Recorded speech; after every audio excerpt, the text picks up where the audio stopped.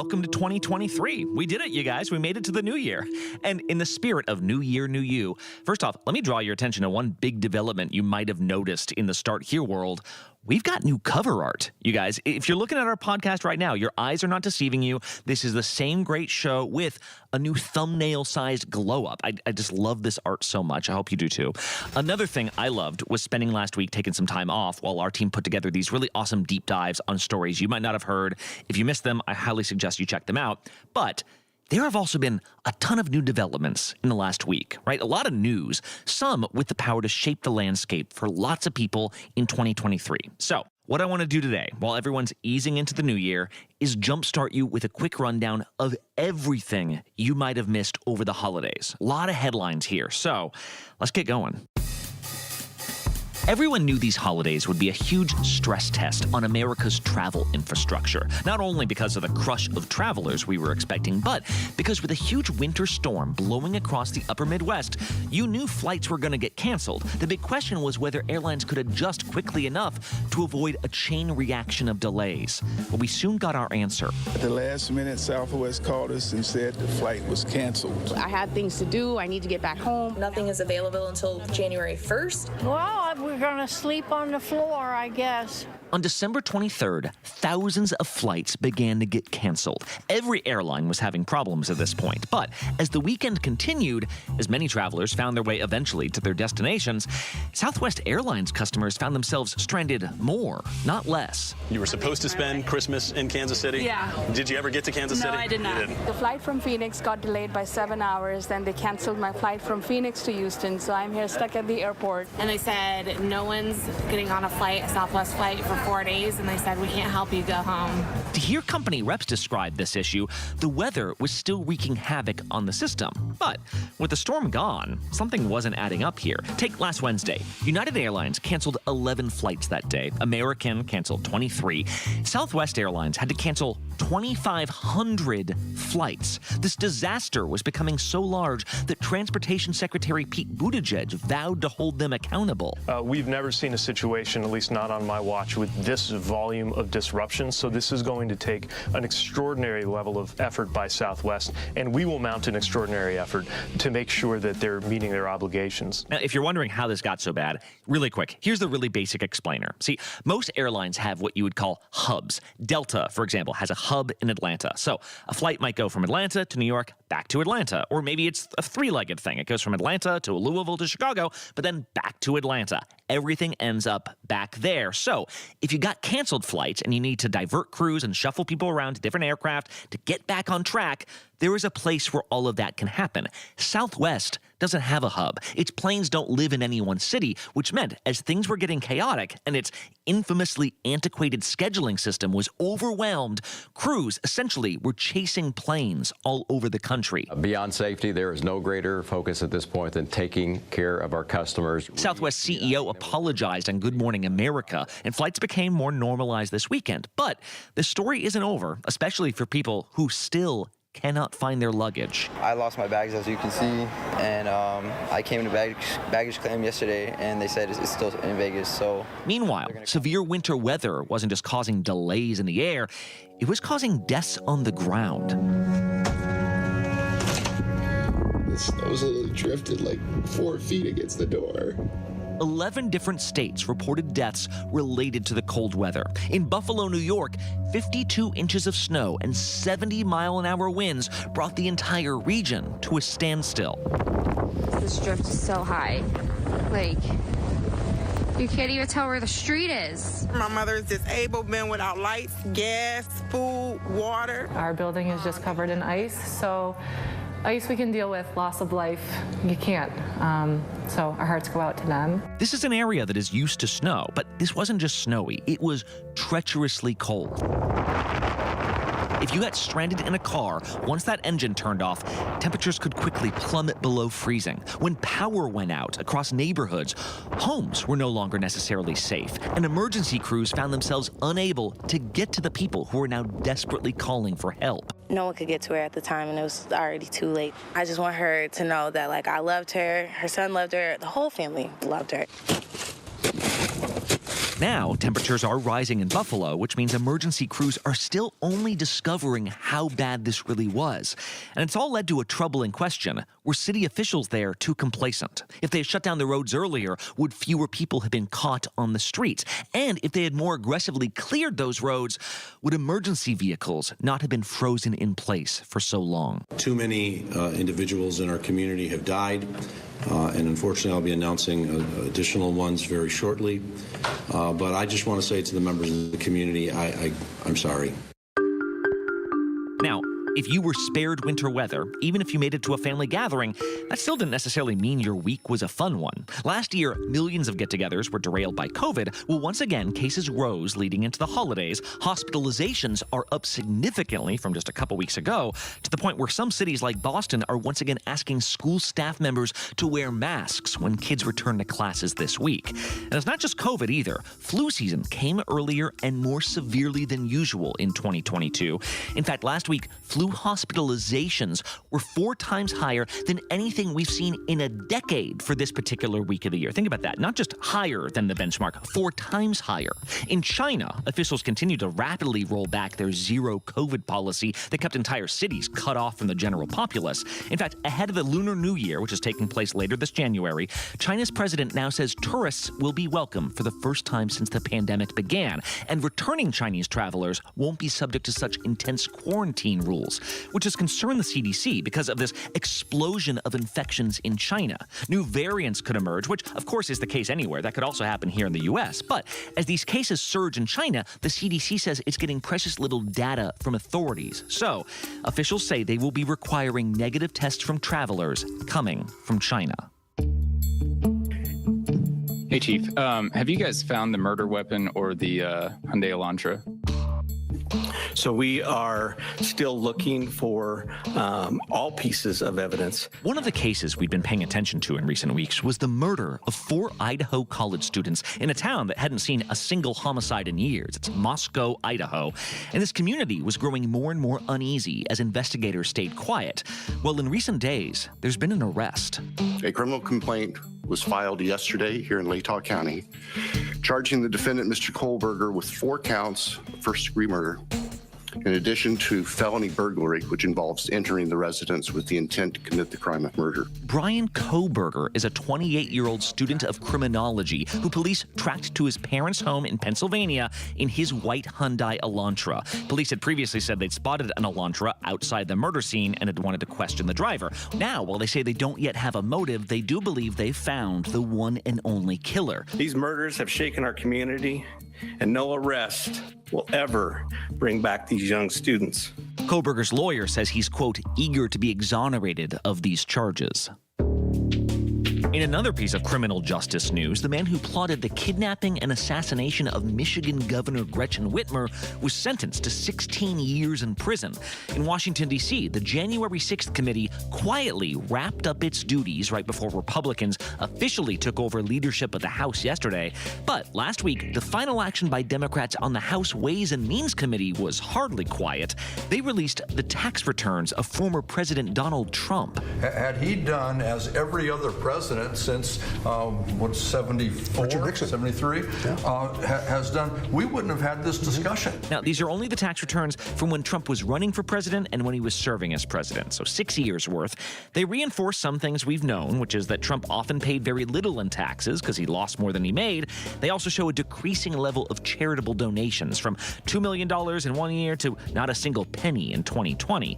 But perhaps the most significant revelation here was about Trump's foreign finances. It turns out Trump received income in several countries like the United Arab Emirates and Qatar while he was president. He had bank accounts in several foreign countries, including China. This is significant not just because it raises questions about whether the commander-in-chief has financial interest in other nations, but because it directly contradicts Trump's own words when he has point-blank claimed that he canceled his only Chinese account before he ever ran for president. We now know that wasn't true. Trump had long fought this release, saying it was a politically motivated fishing expedition. The committee said it was critical for drafting new tax laws, perhaps even tax laws specifically relating to the president. Although, as of this morning, those lawmakers no longer lead those committees. Sorry to interrupt, just wanted to introduce myself. I'm George Santos, running for U.S. Congress on November 8th. One other political story you should know about is George Santos. He's the Republican congressman from New York who was caught lying about his biography. He admitted recently to Fox News that he, quote, embellished things like where he went to school and where he worked. In order to move past this and move forward and be an effective member of Congress, I have to face my mistakes, and I'm facing them. But wait, there's more. He's also under fire for exaggerating his Jewish ancestry. I've always joked with friends and circles, even in the campaign, I'd say, guys, I'm Jewish. Remember, I was raised Catholic. So, look, I understand everybody wants to nitpick at me. There are also questions about whether his mother's cancer death was actually attributable to 9/11, as he's claimed and as she has not. It's not clear that he'll be expelled from Congress or the Republican Party. Remember, this all came out after his election. But the most pressing concern might be whether he broke campaign laws. Several prosecutors' offices in New York now say they're investigating him. Whew, you got all that? All right. Well, we're going to take a quick break because when we come back, there's more to say goodbye to than just a year. You never know what you're going to get on this show. That's all I'm going to tell you. Yes, Whoopi! Is this mic on? Can you hear me out there? Behind the scenes is always a better show. Absolutely, absolutely. That's what people don't see during the commercial breaks. Right, they don't. What happened? I had no idea really what I was getting myself into. That day that we walked out, I treasured that day. I couldn't sit there. You're doing good, Joy. You're doing good. Oh, yeah, baby. It was crazy. Behind the Table. Listen wherever you get your podcasts. With so much at stake, so much on the line, more Americans turn here than any place else. ABC News World News Tonight with David Muir, America's #1 most watched newscast, now streaming on ABC News Live.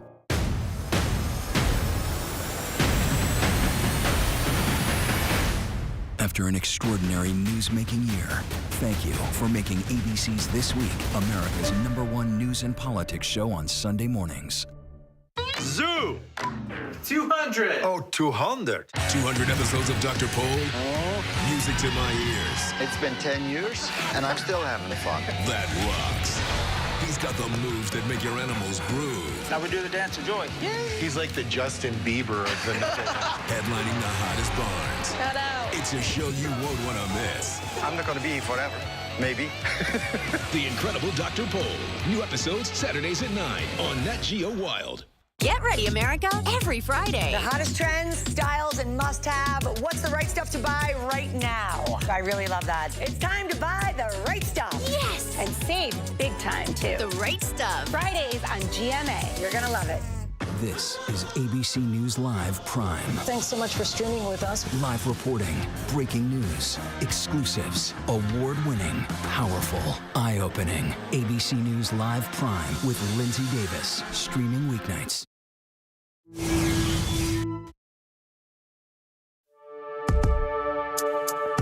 All right, we are back. We're just wrapping up this eventful last week we've had. The holidays are all about people who mean something to you. And that's not just limited to those you've met in person. Pater et Filius et Spiritus Sanctus. For more than 1 billion Catholics, Pope Benedict XVI was more than a former leader of their faith. He was a living symbol of humility. After serving as head of the church from 2005 to 2013, he became the only pope in nearly 600 years to resign when it became clear he no longer felt fit to serve. The man they once called God's Rottweiler, as others have put it, now a faithful German Shepherd. With Pope Francis at the helm, Benedict quietly lived out the rest of his days until he died on New Year's Eve. Just days before that, another man died who sometimes seemed to be held in almost religious reverence. And here comes Pele in the last minute. It's 5-2 for Brazil. Pele, the Brazilian soccer star who was considered by many to be the greatest ever, died from colon cancer at the age of 82. When I say thanks God because I play, almost 30 years. The fashion designer Vivienne Westwood, who helped define what Britain's punk scene looked like in the 70s and 80s, died peacefully as well in South London, according to family. You know, my advice is buy less, choose well, make it last. And then there were the passings that hit especially close to home. I've often said it's not the first question, it's the follow-up. What did you mean by that? Why do you say that? When I was growing up, when I thought of a TV interview, I immediately thought of Barbara Walters. Years later, that's still true. She is the gold standard. Barbara Walters began appearing on NBC's Today Show in 1964. Well, a decade later, she was co-host of the program. That was a first for any woman in broadcasting. I have a new colleague to welcome. Barbara? Thank you, Harry. Well, tonight has finally come for me, and I'm very pleased to be with you, Harry, and with ABC News. When she came to ABC News as America's first female evening news anchor, she opened doors for countless journalists around the world. And it wasn't just who she was that grabbed you, it was how she did her job. Is it true that we are the first Americans to cross the Bay of Pigs in 16 years? As I remember, it's the first time. She was charming and genteel, to the point where you could miss how utterly persistent she was with her guests. Being on the verge of bankruptcy, being bailed out by the banks, Well, you don't have to say on the skating on thin ice and almost drowning, that's a businessman to be admired. You say on the verge of bankruptcy, Barbara, and you talk on the verge, and you listen to what people are saying. I talk to your bankers. She convinced interviewees to open up like no one else could, and they agreed to these gentle grillings because they knew when it was Barbara Walters, it was unmissable. Did you ever tell Bill Clinton that you were in love with him? Yes. You did. What did he say? He said that means a lot to me. You don't really act. You don't sing. You don't dance. You don't have any, forgive me, any talent. But we're still entertaining people. I think it's more of a challenge for you to go on a reality show and get people to fall in love with you for being you. She died late last week at the age of 93. Her legacy so monumental that the building where I work, ABC News headquarters in New York, is named the Barbara Walters Building. It's felt emptier these last several days, and truth be told, it was already quieter than usual. Dax Tahara became our executive producer just a couple of weeks after his 35th birthday and a couple of weeks before the COVID-19 pandemic shut down much of the United States. Dax Tahara, the young, dynamic, wonderkind executive producer of ABC's This Week, died of a heart attack 2 days before Christmas. Dax was widely regarded as one of the brightest young journalists in the game. I mean, how many are leading a network news show at the age of 37? His sudden loss has devastated everyone at ABC News. He's survived by his wife, Veronica, and his young daughters, Sophia and Ella. Speaking to a group of ABC News colleagues just last month, he noted the big changes in his life since he started to work at ABC. In my time at ABC, I've gotten married, I've had 2 children.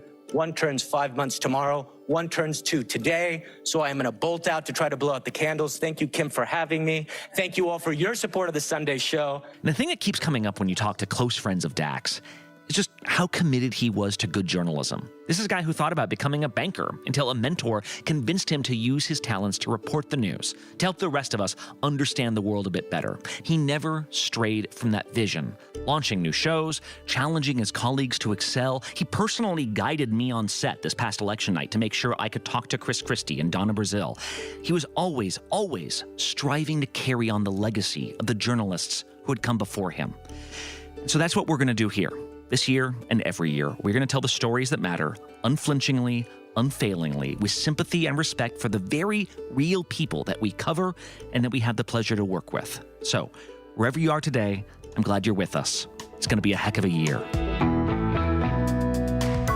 All right, that'll do it with us today. We will be back with all the news of day tomorrow. And hey, this is a great time of year to tell your friends about the podcast that leave you better informed. You can even share our nifty new logo as kind of a conversational in.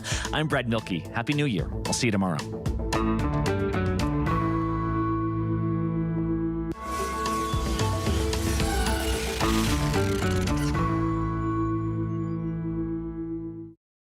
This is ABC News Live. The crushing of families here in Poland. At refugee centers. In Putin's Russia. On the ground in Ukraine, close to the front line. Here at the White House. Destructive Cat 4 storm. Here along I-5. Boston is in the bullseye. Let's go. ABC News Live, America's #1 streaming news. Anytime, anywhere. Streaming 24/7, straight to you for free. Thank you for making ABC News Live America's #1 streaming news.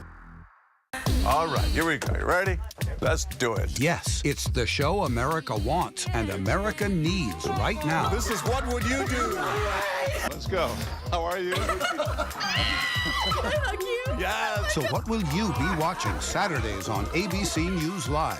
What would you do? Hey, I guess I just found out. The What Would You Do Marathon, 12 to 6 Eastern, every Saturday on ABC News Live.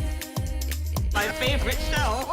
As of today, in a big way, we have inaugurated abcnews.com. A lot has changed in our world since Peter made that announcement. But what hasn't changed is the commitment to groundbreaking reporting and innovation at abcnews.com. And here's to everything ahead. Now streaming on ABC News Live 2020. True crime, cinematic, real-life drama, stunning, the unthinkable. Follow the clues, The Hunt. True crime 2020. Now streaming on ABC News Live. At the heart of Ramstein Air Force Base in Germany, a mysterious new division of military personnel quietly working to keep America and its allies safe from hostile attacks in space. That's geosynchronous orbit. So those are your communication satellites, most of them. So these are all the different NATO nations.